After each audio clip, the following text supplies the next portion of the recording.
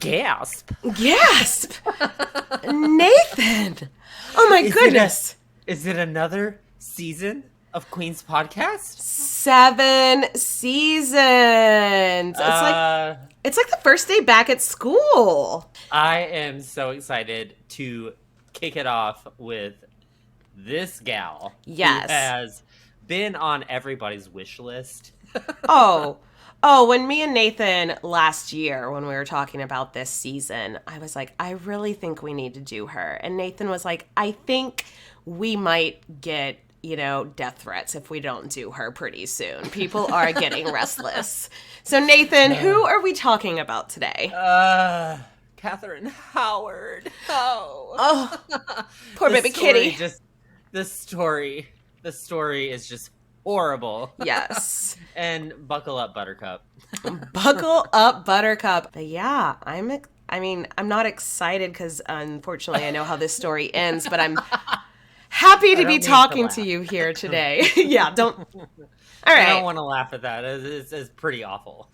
But what's not pretty awful is this drink, Nathan. Give us the deets. Give us the recipe. Super simple, guys. Like easy peasy, lemon squeezy, except not lemon, but peachy. So half a shot of peach schnapps, half a shot of vodka, top it off with champagne. Ooh. It is beautiful for a summer day. Yes. It is beautiful and perfect and everything's awesome until it's not. And that's our girl's story. Yeah. So what's the cocktail called? Just the peachy? Yes. The peachy. I love it. So let's get started. So Katherine Howard was born in... We don't know. But we know she was born between 1521 and 1526. So Ish. There's a 5-year gap-ish. Yeah. But most experts believe that she was born in 1523, 1524. And we know where, though. Oh. And that's important, right? Yes. At least we know that. Sorry. She was born in Lambeth in England, which is near London. Yeah. So, again, if you've listened to this show before, you've probably heard that last name, Howard. That's a pretty important family in England. So let's meet her dad, Edmund Howard. Edmund Howard wasn't good at very many things. Except being in debt. He was real good at having no money. Same. In the early years of Henry VIII's reign as King of England, Edmund and his brother and sisters around his same age all went to work in service for the king in some way. Right. And they all did really well and made good marriages, made good matches, except for Edmund. Yeah. He's just not super popular, y'all. He wasn't popular. He's not popular. He has a really bad gambling problem. It's super bad. I read this one story in Gareth Russell's book where he talks about, at first Edmund seemed like he was popular at court, and then there was like this jousting match and everyone was letting King Henry win, but Edmund wouldn't let him win and he kept beating him, and after that he was just never invited back to court. Sounds about right. Fragile dick energy. Yes. So that is Katherine's dad. He married a somewhat wealthy widow named Joyce Culpeper, and that's Katherine's mom. Katherine's mom had 5 kids from her first marriage. And then Joyce and Edmund have 6 more kids together. So Katherine was her mother's 10th child. Sadly, so many mom babies. dies. Yeah, that's so many babies, and mom dies because of it. Probably didn't help anything, jeez. Yeah, it didn't make anything better. But she died in 1528. That's Katherine. Katherine would have been at the oldest only 4 years old. Yeah. So we don't know how she died or how that affected Katherine, but we don't even know if she even remembers her mom. Yeah, I kind of wonder about that because, like, and I think this probably sets the stage for things later in Catherine's life. So her mom dies when she's 4. I feel like I remember things from when I was 4. But how much special attention would she ever have gotten from either of her parents with all these other kids running around? You know what I mean? No, So, I yeah. completely agree. I Yeah. completely agree. Yeah. And Dad very quickly marries another widow with, an inheritance. Huh. What a Hmm, coincidence. hmm, Huh. gambler. But by this point, he's kind of a fugitive. Yeah. He's always running from people who owe him money. Who And he back then, they called that like debtor's prison. And hey, if you're in debt, you're gonna go to jail. That's what that means. Yeah. Oh, God. I know so many people that would be in so much jail. So much jail. Like, so he's basically just dodging the cops all day or day. Bad boys, bad boys. What you gonna What you do? gonna do? What you gonna do when they come for you? you? Uh, yeah, so we get the vibe that Catherine probably didn't see much of her dad. And in 1530, when her dad reached out to his niece, maybe you've heard of his niece. Her name was Anne Boleyn. Maybe you've heard of her. Maybe you've heard of her, maybe. Maybe. In 1530, Anne Boleyn was not yet Queen of England, but she was just as powerful. She was basically queen. You know, like she pulled the strings, you know, With so the king. with the king. So she was very powerful and influential, and yeah. And so daddy writes to her being like, "Hey, please, for the love of God, help me out here. Help, please. Please. Like, please. Help." Yes. And for her, like, family connections in the Tudor court were fucking huge. Like, it was such a big deal. So if she has an uncle who is literally, like, dodging the cops left and right, that looks bad for her. So she's like, she pulls some strings and gets him a job in Calais, which is in... She's going back to Calais. Yes. That's in France. That's yes. Y'all. Y'all. France. France, y'all. So he goes to France. He moves to France, and it doesn't appear that he takes any of his children with him. We don't know where all his kids went, but we do know that Catherine and her brother Henry were sent off to live in a house in Edmund's stepmom, with Edmund's stepmom. Yeah. So Agnes Howard, the Dowager Duchess of Norfolk. Oh, I love how you said the Dowager Duchess. I love it. Ooh. I need that name, Dowager Duchess of Foster. Just call yourself the Dowager Duchess of Austin. Yeah, sure. When? Yeah. So this is pretty normal, and we've seen this a lot, where you send your girls off to get educated outside of the home. That's a normal practice. So this isn't like what we think of as neglect. Like I'm sending her off so I don't have to deal with her. No, I'm sending her off to get more educated. Yeah. They were just more equipped to give children better educations at that time. And right. Yeah. Yeah, like you would one, there was a fear that parents would spoil their kids. So that's one reason they did it, is like send them to somebody who's not who doesn't love them as much, so they won't spoil them.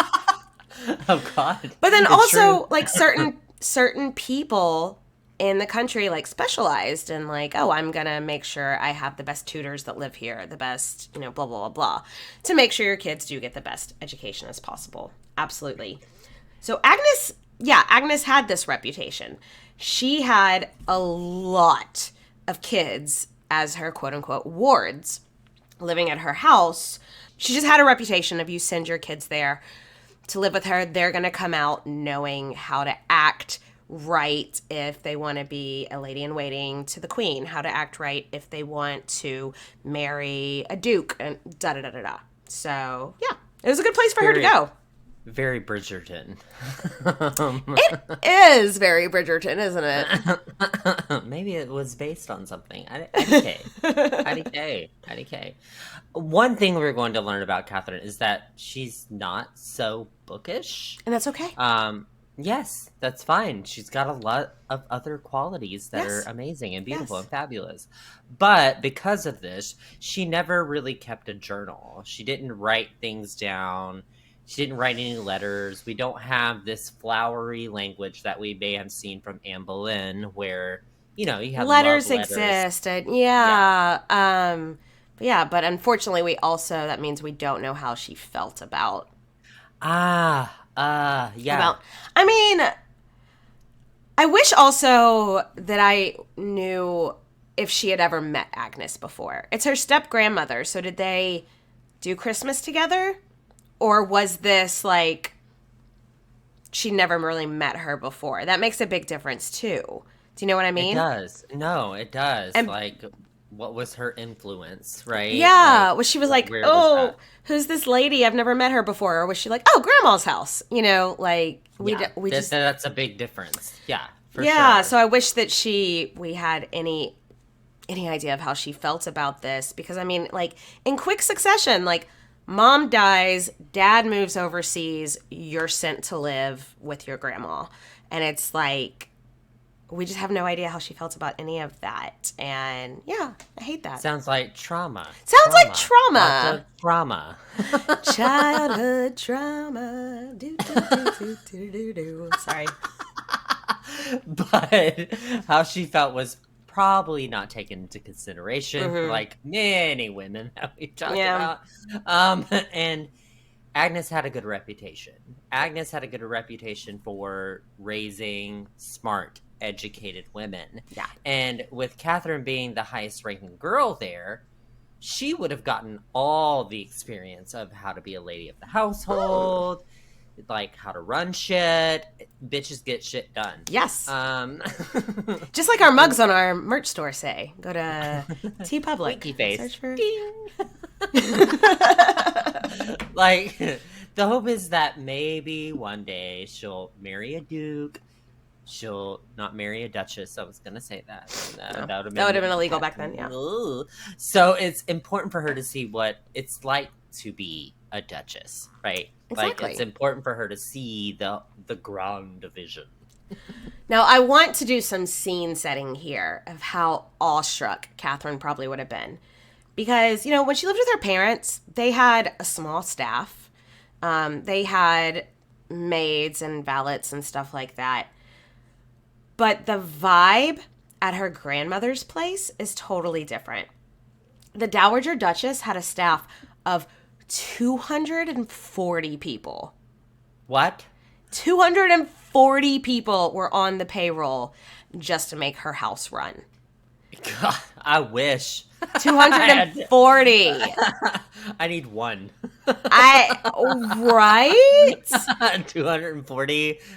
So can you imagine this like 7 or 8-year-old walking in just being like, so like along with the 240 people that ran the house, we have to also imagine that like priceless art is on the wall.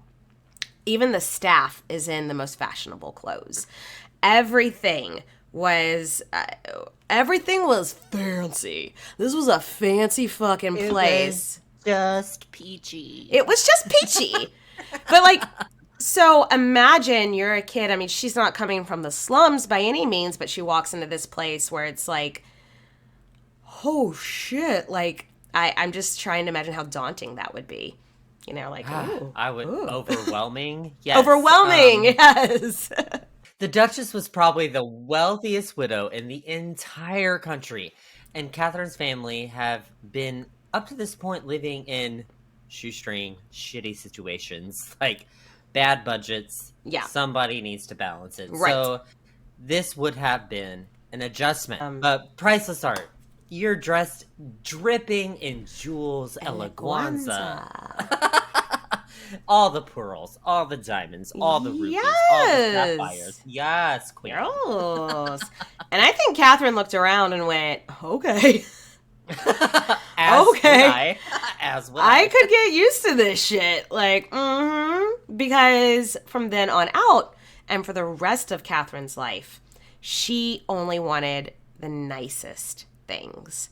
I think, I mean, who doesn't? But I think, Same. yeah, she came from her family that were basically kind of like social outcasts. And now she's in a spot where she is exposed to the nicest things. And she's like, oh, no, no, no, I am never going back. I'm going to do whatever it takes to maintain this kind of, honestly, security. Because it doesn't seem like she had it in her home with her mom and her dad. She's like, I like this security. This is comfortable. This is me for the rest of my life. Can you blame her? No. Who could? No. Yeah. I like fancy things too, and I don't want to go back to trash. Exactly. Yeah. And I think little baby Catherine looked around and went, kind of like this shit. I like it. I can stay around. What would her day-to-day life look like now? So etiquette was a huge part of her education. It was her education. I mean, she knew how to read and write, but the big focus in her upbringing was that she needed to be suitable for someone really important one day. Yeah. And so she has to carry herself like a lady. Yes. And let us tell you, Catherine was good at it. She understood the fucking assignment. When it was like etiquette training, she was like, I am going to be the most poised. I am going to be perfect. And everyone that met her from a very young age was like, what a well-behaved little girl. This little girl obviously knows her shit. Like what fork to use, speak when to be spoken to, the kind of curtsy to do, all that stuff that you and I would be completely lost. Yeah. But no, she was perfect. She always looked perfect. She always dressed perfect. She always knew when to speak, what to say, knew everyone's titles. Literally everyone that came around to visit the Dowager Duchess would see her granddaughter, Catherine, and be like, she is such a testament to your good work, how good you are at like bringing up these girls. She's the perfect child. She's going to make the best wife for some really important dude one day. Yeah, and also since a lot of non-noble families sent their daughters to be educated there, those girls were more or less Catherine's ladies in waiting, if you shall. Because that was part of her education, right? Like, it was learning how to run your staff in your home and your this and your that. So those girls would all hope to one day maybe have jobs being a lady in waiting to a duchess or countess or princess or whatever. So it's just a good practice for everyone. Everyone's right? getting like a practical education. Yeah.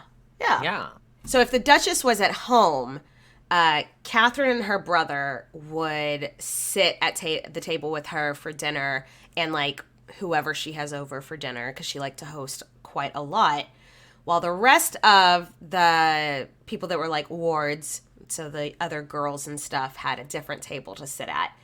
So again, I think this probably made her feel special. This probably made her feel important and reminded her of like, if I just stay on this path of being so well behaved and like having my manners to a T, this is my future. The main table. The main table for me, or bust, is basically what she felt.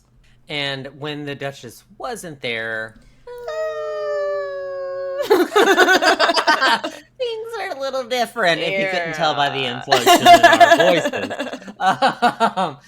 Agnes went to court a lot, and this woman was a massive, massive gossip. So she loved to be at court so she could see what everyone was wearing, who was there, who took who to court, what love affairs were happening, etc., etc., etc. Hashtag relatable. Yes. That would have been me. I would have been like, well, I'm going back, because, I mean, gossip back then. Gossip at the Tudor court was currency, basically. Yes, you know what I mean? yes. Like, it was... You were smarter if you knew what was going on in court. Yes. Yeah. A hundy. But, so when the Duchess was at court, and things were a lot more lax around the house. Like, they were supposed to just carry on as usual, which they did, But, like, when the Duchess wasn't around, like, Catherine and her little ladies in waiting would stay up till midnight gossiping and play pranks on their teachers and stuff like that, which is just, like, normal 9-year-old kid stuff, you know? Right, Yeah. Like you get to be a kid. Yay. Yay. Now, it does seem like Catherine did have some anxiety issues, Yeah. which also kind of relatable. Also, hashtag relatable. Yeah, right. She would beat herself up if she made a mistake as a kid. Yeah. She would stress the fuck over it or stress out because of it, and always made sure she remembered everybody's names, double checking, triple checking, OCD-ish. Yeah, That like kind of like, oh, I'm supposed to look the best. Like, oh, am I sure I have the right shoes on? I gotta check my shoes again. You know, just like things Yep. like I can just feel the anxiety coming off of it because her entire worth has been put on that she's the perfect child. Do you know? She's got to be perfect. So of course that stresses her the fuck out. Yes.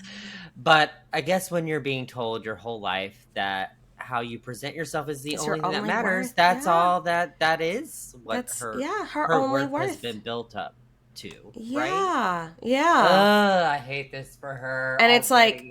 like, if you're not 100%, because she knows what her life was before she came to the house of the Duchess. If I'm not 100% perfect, I'm going to go back to living a life running from the cops. You know, like, so, Yeah. that's a lot for a child. Yeah, she took Ugh. that shit to heart. And Yeah. when she was stressed out, it was really common for her to snap, and I feel that on Yeah. a whole nother level. Like sometimes when you're so Homegirl stressed had out, a it's just like Yes. temper. It's like, what is the, like, so tight, like a tight wire, you know, like it's gonna Yeah, break. Katie's Like, pulling a yeah, you can't string. see. I'm pulling an invisible string.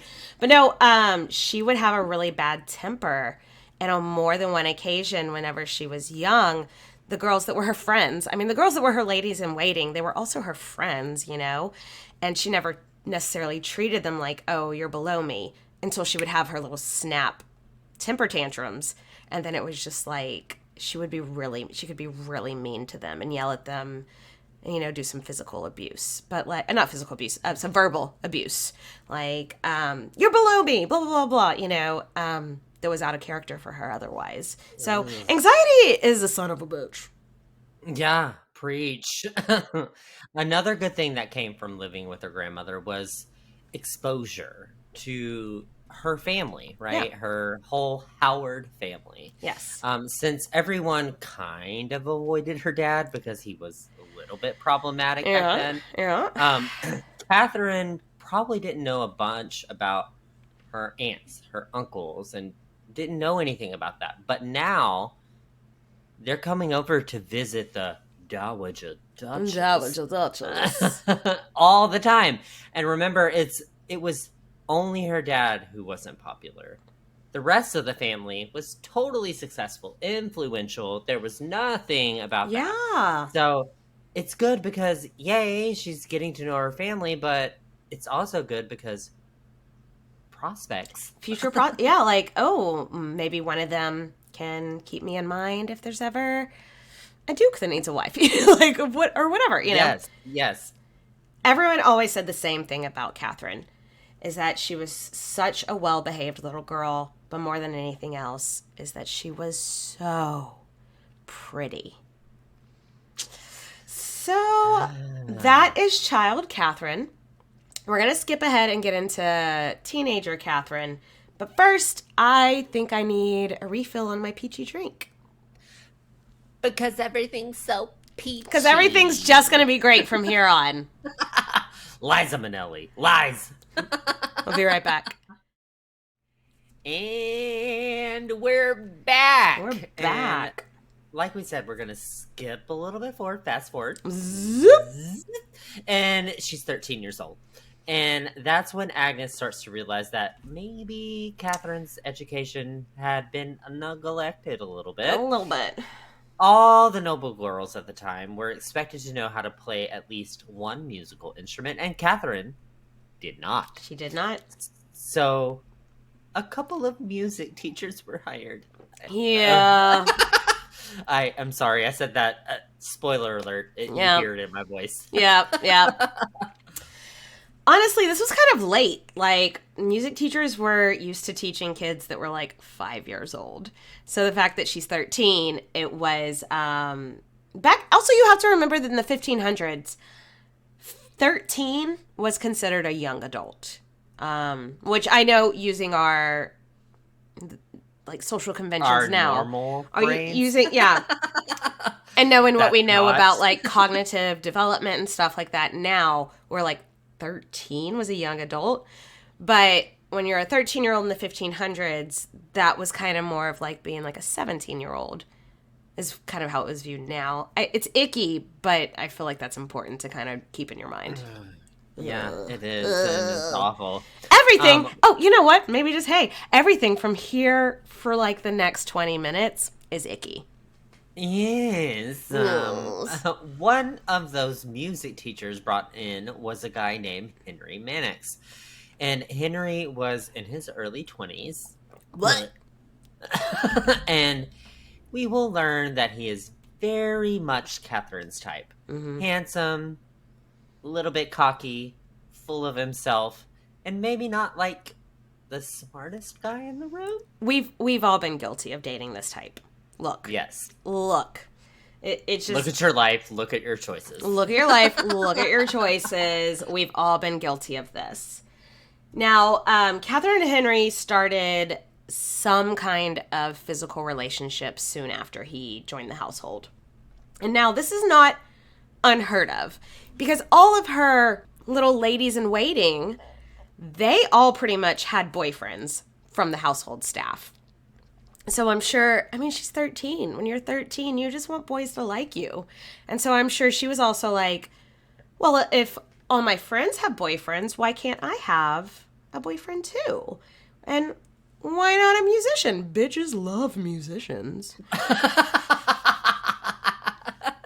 It's true. It's true. It's true. And a lot of people view what Henry Mannix was doing was grooming. Yeah.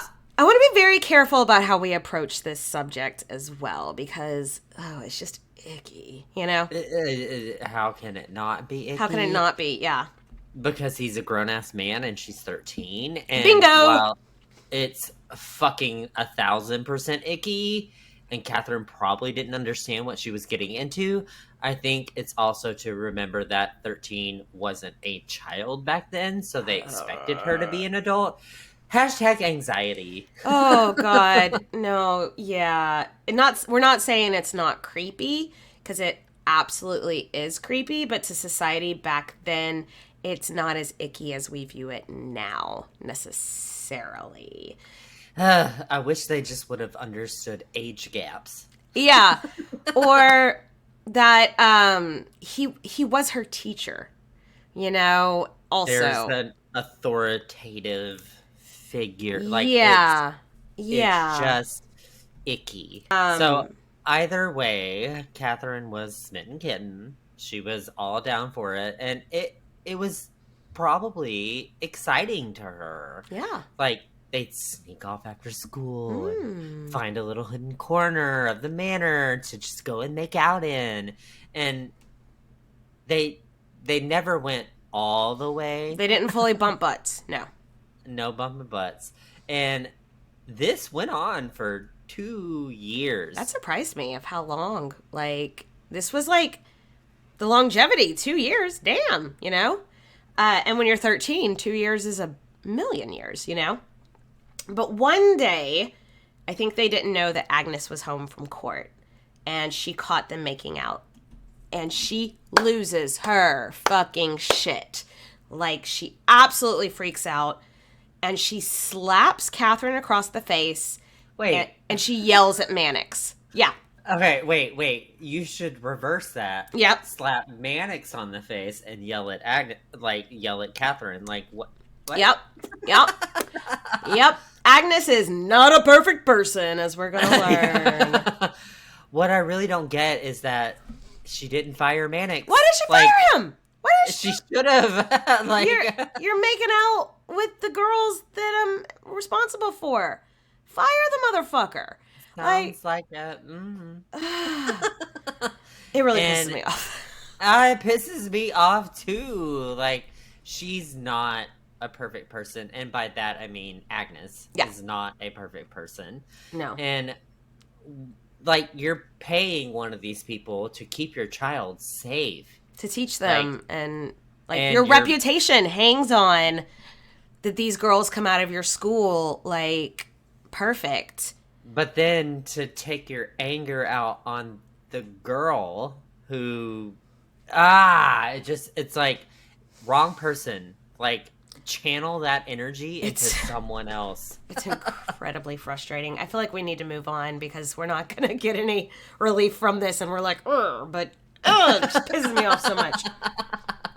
So I think what the reason behind this, and we'll find this later too, I think Agnes just really liked having hot guys on her staff. Oh, okay.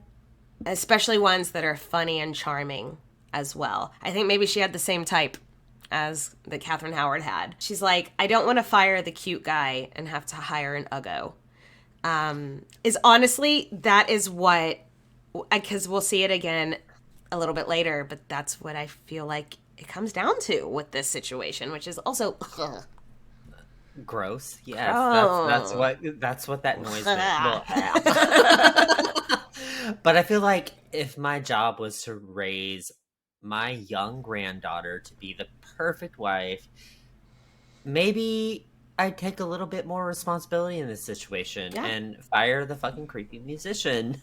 Like, he was weirdo, but no, she freaks out on Catherine. Like, stop blaming the woman.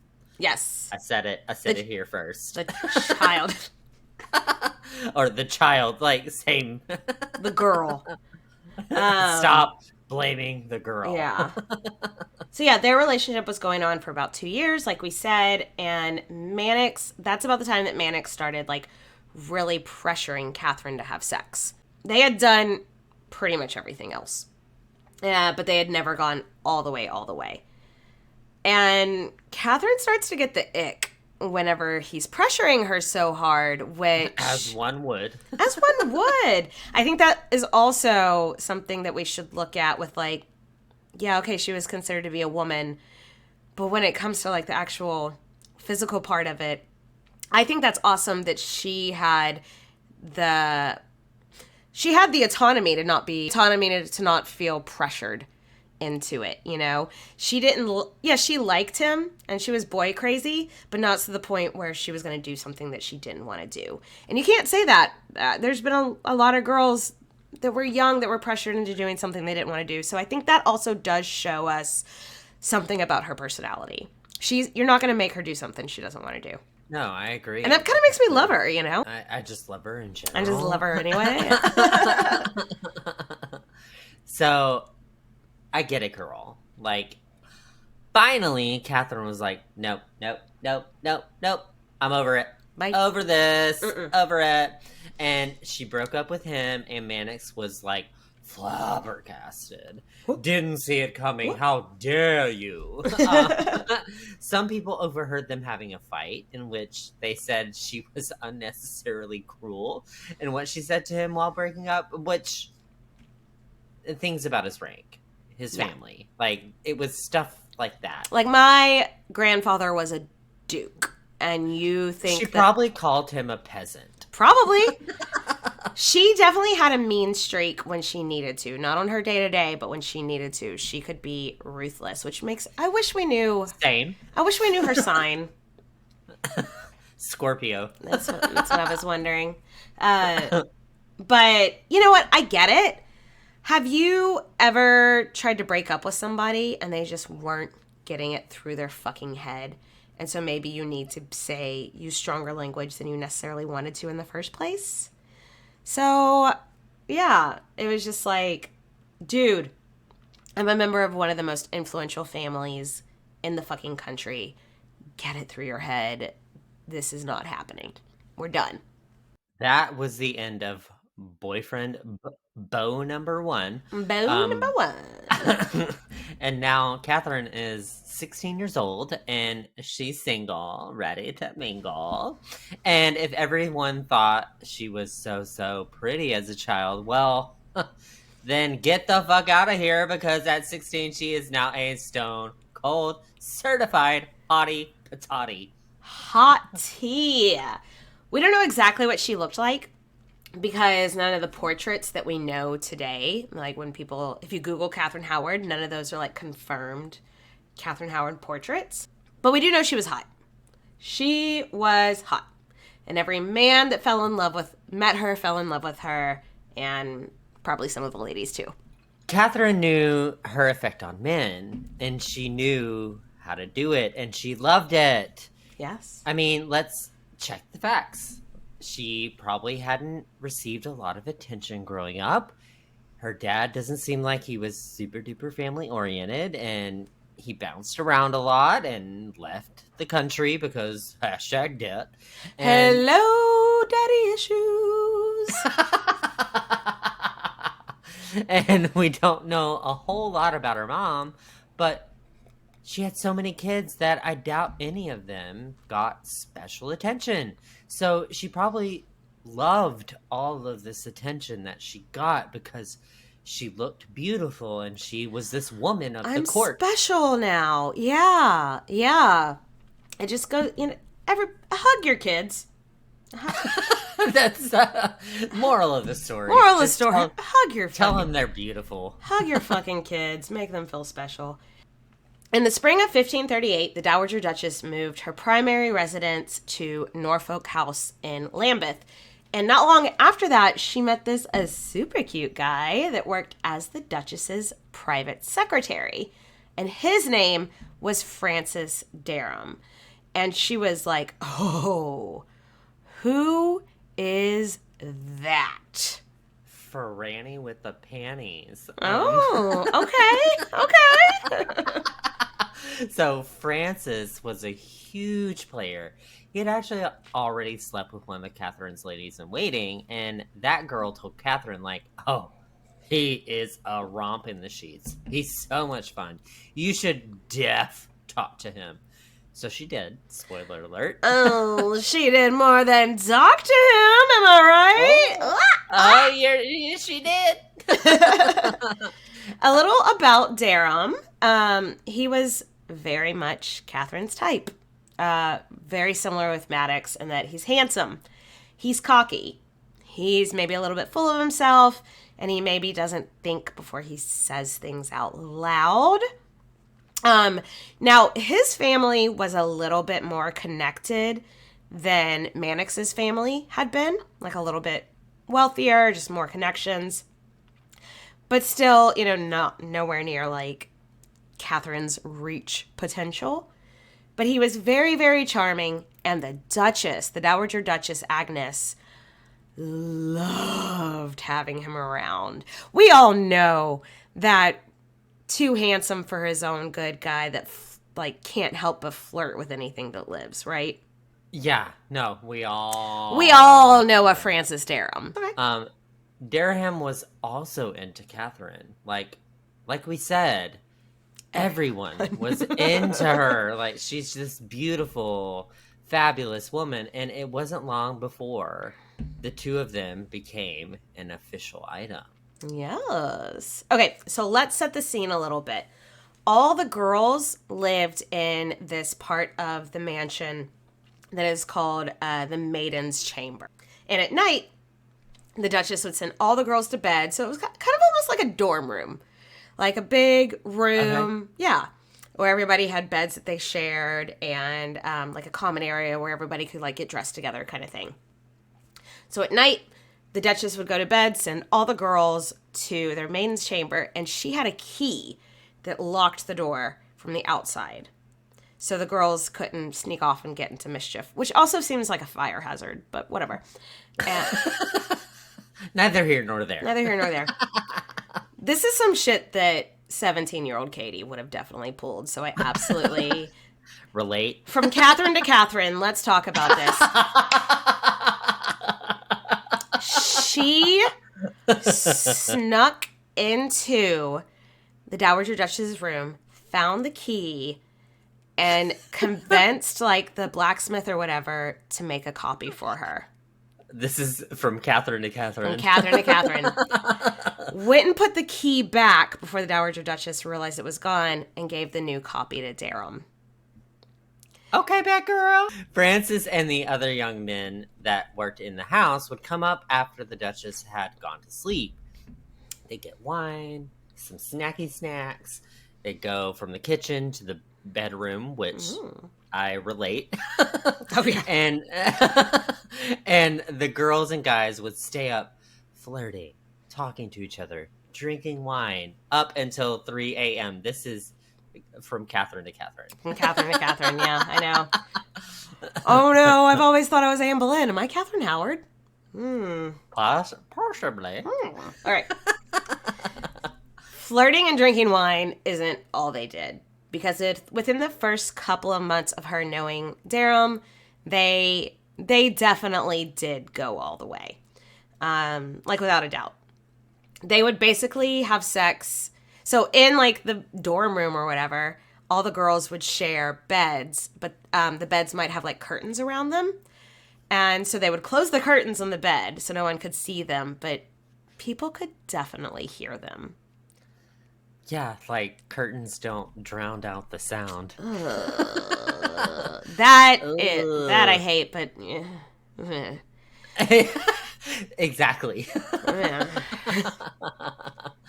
Some of Catherine's friends at the house were worried about her. Like, girl, you're gonna get pregnant, and what's your plan after What's your that? plan? Yeah. What you got? Like, hello? Or what if he brags about boning you and the word gets out? Like, you're quote unquote spoiled at that point. Or damaged goods with big air quotes, yeah. Yeah.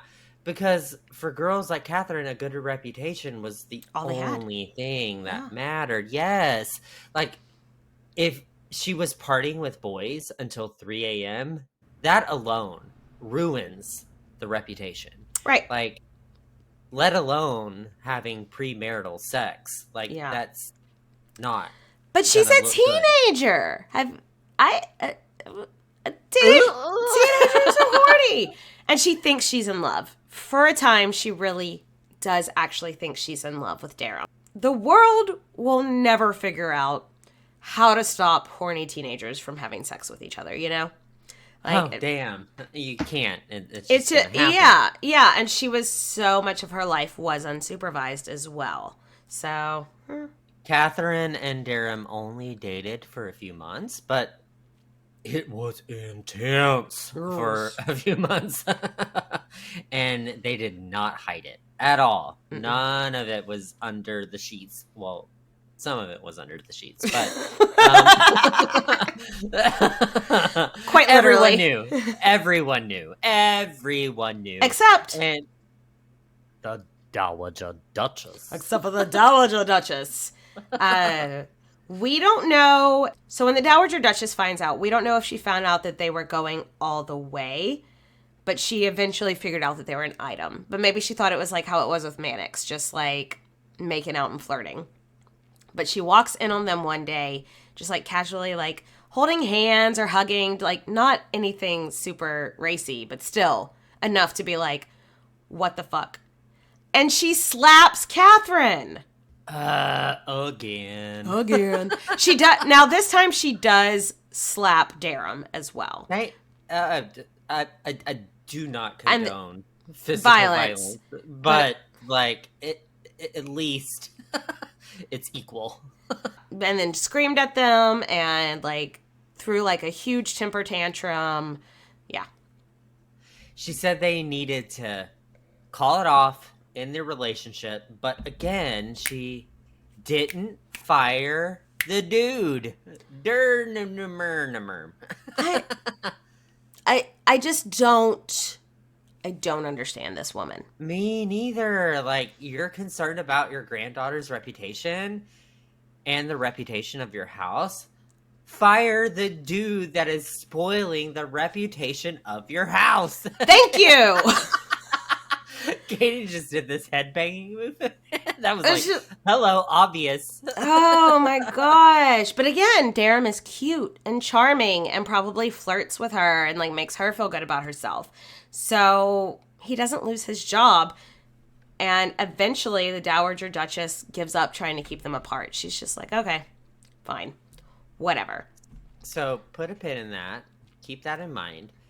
Everyone knew that they were in this romantic relationship, but some people knew, but not everybody knew that they were fucking. Yeah.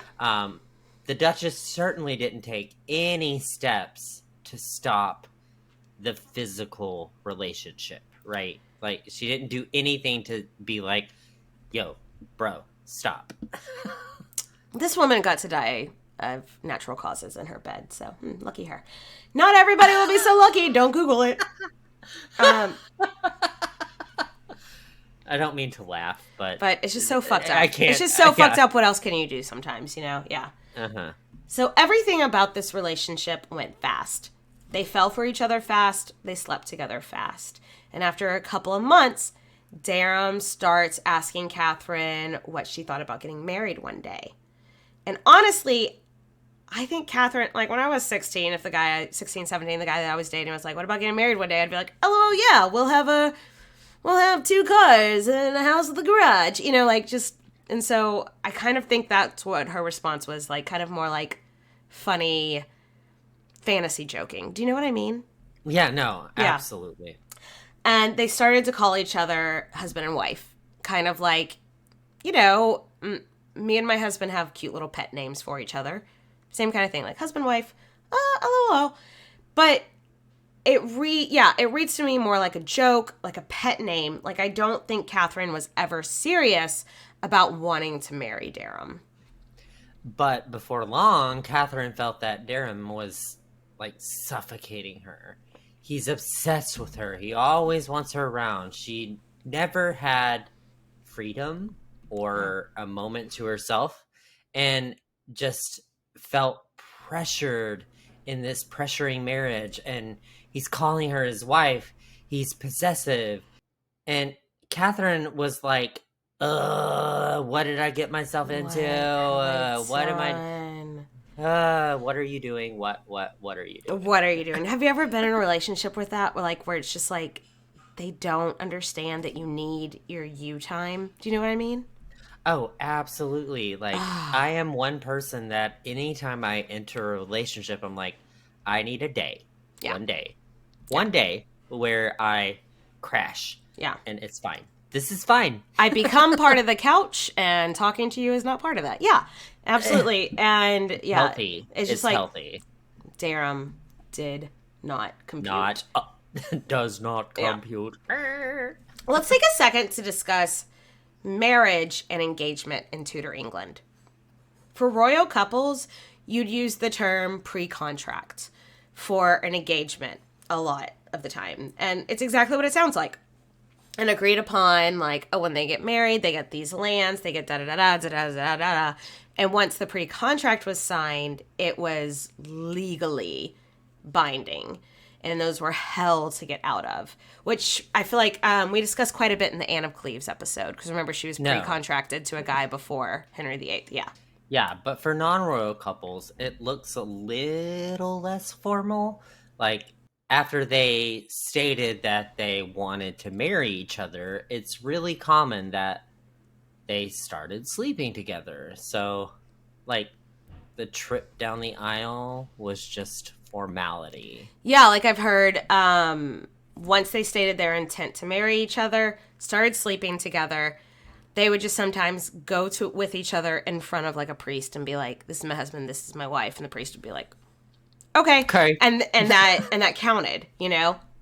Like, why even deal with the anxiety of having a wedding, the money, bada bing, bada boom, married. Same. Yeah. So if they were already calling themselves husband and wife and sleeping together, in some people's eyes, they would have been considered married. So that's just keep that in mind. It seems that one day Catherine looked at the situation and was like, oh my god. He calls me wife and we sleep together, but I have to eventually marry a duke or an earl or something like equal or above me. I want to go to work at the royal court one day. And I want to be in the middle of the gossip I and want the to be fashion. where the gossip is. I want to hear the drama. Girl, same. You didn't even have to say same. I just saw it in your face. Like, he doesn't want... like... This is very serious. If you could focus, that would be great. Like, she doesn't want to be the wife of a secretary. Right. Right? She wants to be Katherine Howard. Like, yes. So she starts to distance herself from Durham. And he panics and just becomes more obsessive. Like, he like doubles down on like, where are you going? Who's going to be there? Da-da-da-da-da-da-da. And he'd show up to hang out and she'd be like, I can't, I'm sick. And boo, you Mean whore. Girls. Yeah. And she's just really trying to distance herself, and he is freaking the fuck out. So clingy much? Yes. Like, so let's distance ourselves from the moment. So we're going to take a quick break. Yes. Top off our drinks, and we'll be right back. Okay. And we're back, and change of conversation real quick.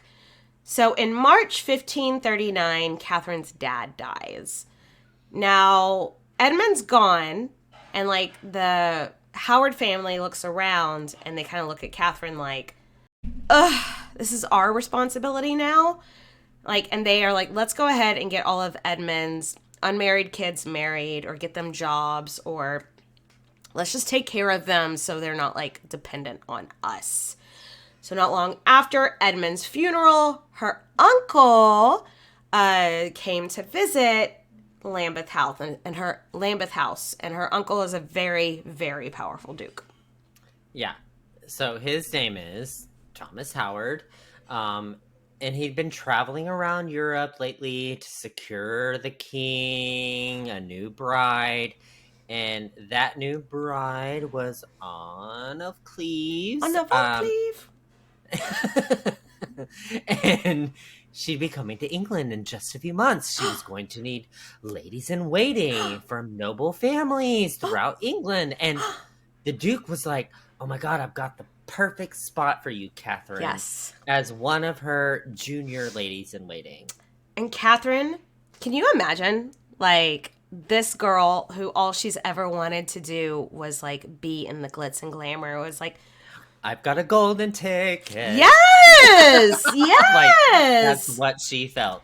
Like, I get to go to court where the drama and the fashion and the beauty and the gossip. Everything that I have lived up to this moment. And because she was going to court, they also had, like, she couldn't go in her, like, 5 or 6 dresses she had.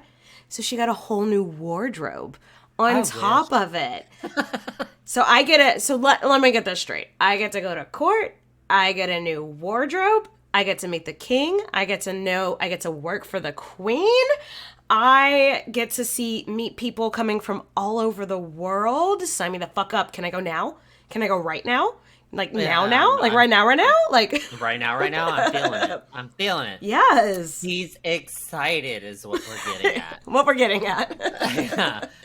Francis was less excited. Yeah. The two had a huge fight. Well, he's like, you're leaving me? And she's like, Kinda. Yeah. But, like, dude, get it through your fucking head. We're not getting married. I am going to London to work as a lady in waiting for the fucking queen.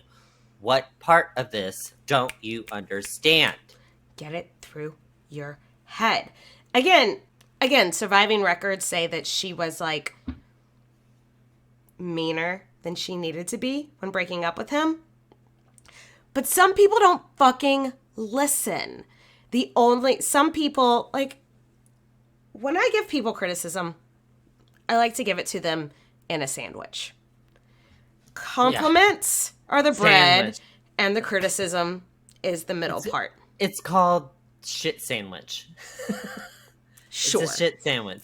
Like you compliment, criticism, compliment. Yes. But some people don't get it when you do it nicely like that.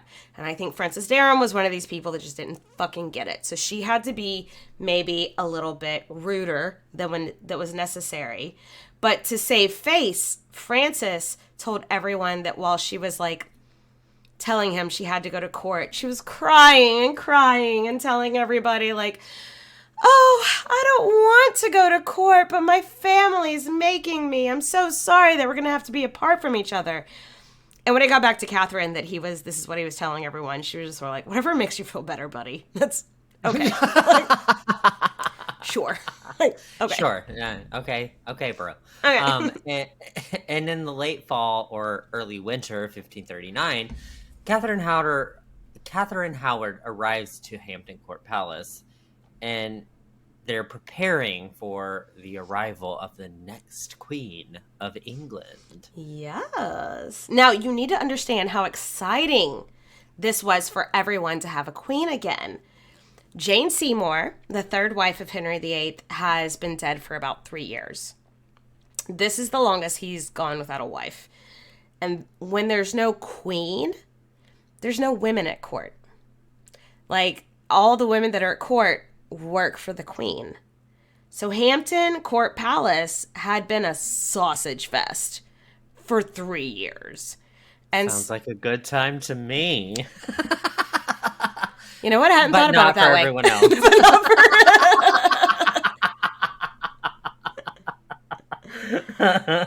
else. Oh no, I could see you like somewhere with just men for 3 years being like, why does no one here want to talk about the Drag Race show? Like, what is it? Yeah, why does anyone not want to put on makeup? Like, please. what? Yeah, I could see you getting sick of that kind of sausage fest.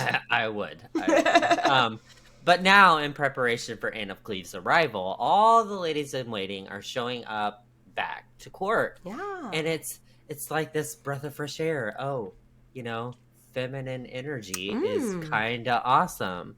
And Henry, the king, is feeling like a young man He's again. invigorated. Like, oh, flirty, fabulous. He's feeling his oats. And he really liked having ladies around. Yeah. Again. Like, yeah. There's no way around that. And I have to imagine Katherine Howard there with, like, stars in her eyes. Like, just, like, shocked to be meeting the king. You know, because she certainly she would never have met him before. She wouldn't have spent time in court. And so she's like, oh my goodness, like, huh. But let's also, like, get it straight that she was not, like, attracted to him when they met. And no part of her mind was thinking that they would ever have any kind of romantic relationship. She was just starstruck, Yeah. And given everything we know about Catherine, how do you think she did at court? Like, she's beautiful. She knows how to present herself. She's flirty. She's gossipy. She loves to dance. # she was popular. Very popular. Popular. Yeah. King Henry VIII was about 48 or 49 at the time.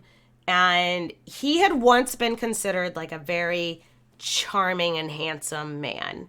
But those days are behind him. He is in his Nero era, to be honest. It's true. Post-jousting accident. Yes. But with the pending arrival of the new queen, he had some pep in his step again. Like, the king is happy, everyone's happy, everything's wonderful. And Catherine would have started her career as a courtier in a very exciting time. Like, love and excitement is in the air. Yes. And not just for the king either.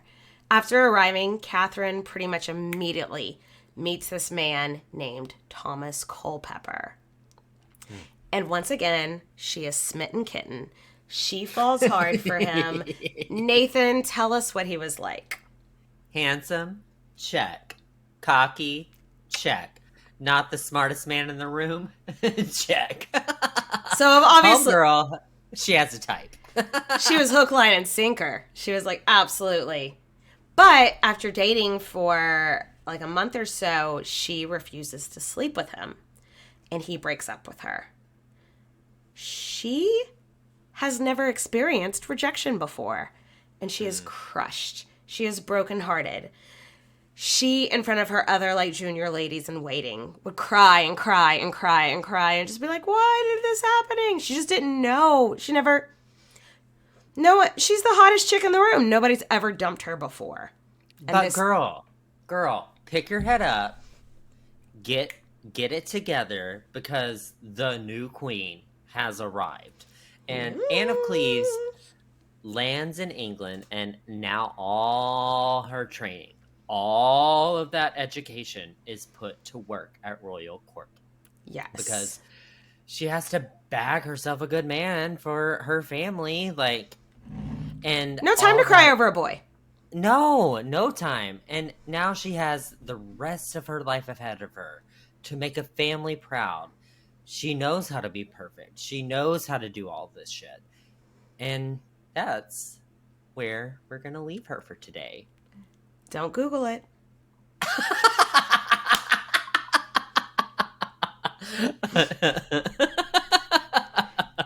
All right. Cheers, bitches. Cheers, bitches.